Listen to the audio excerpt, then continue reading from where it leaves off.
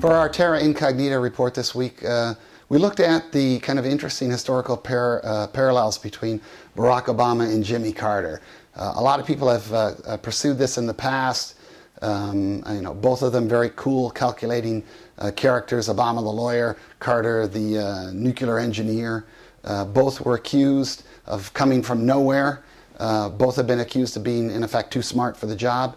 And soon after events took hold, both accused of being overwhelmed by the complexity of the job and by the demands for instinctive leadership.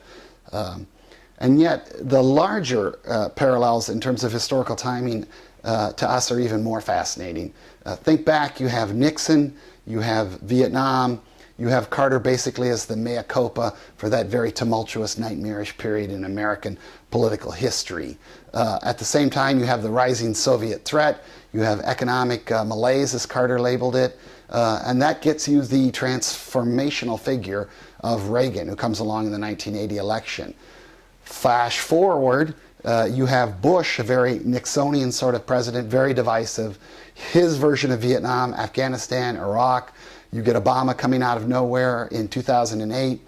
You get the apology tour, very much similar to the way that Carter represented kind of a healing period from the Nixonian period. You have rising China being recognized as a threat. You have the economic crisis, and you have the same sort of funk now in America that you had in the late 1970s under Carter. You also have the additional impetus of revolutions in the Middle East in both instances, and in both instances Iran very much the enemy, very much the bête noire of the United States in the region.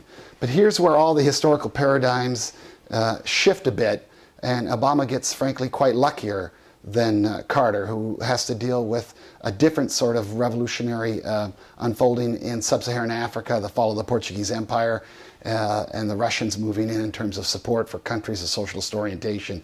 Instead, Obama's actually fairly lucky.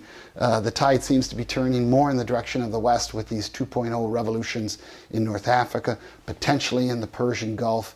And we like to point out that this is a real opportunity for Obama to kind of change the conversation from what it's been and to really kind of take advantage of events in the Middle East, North Africa, that signal in many ways this clash of civilization that we've been sold for the last several years is really coming to a far swifter and far better conclusion than I think anybody could have hoped for. The democracy wave hitting the part of the world that we've been led to believe would be in permanent, bloody conflict with the West.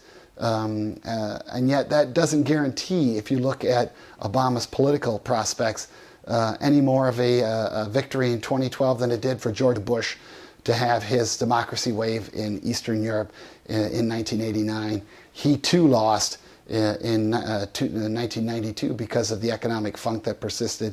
So despite all these positive events going on in the world, and despite Obama's reticence, by our measure, to take advantage of them and to claim credit for the West, and to kind of revive the West's spirits at a time when it's experiencing a lot of kind of we're number two ennui in relation to China's rise.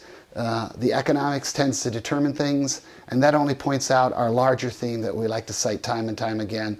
With the rise of the global middle class, more and more of the world is going to be voting with their wallets. So whether it's Obama, whether it's Mubarak, every leader around the world faces these demands to keep the economic incomes rising and to keep that positive future unfolding.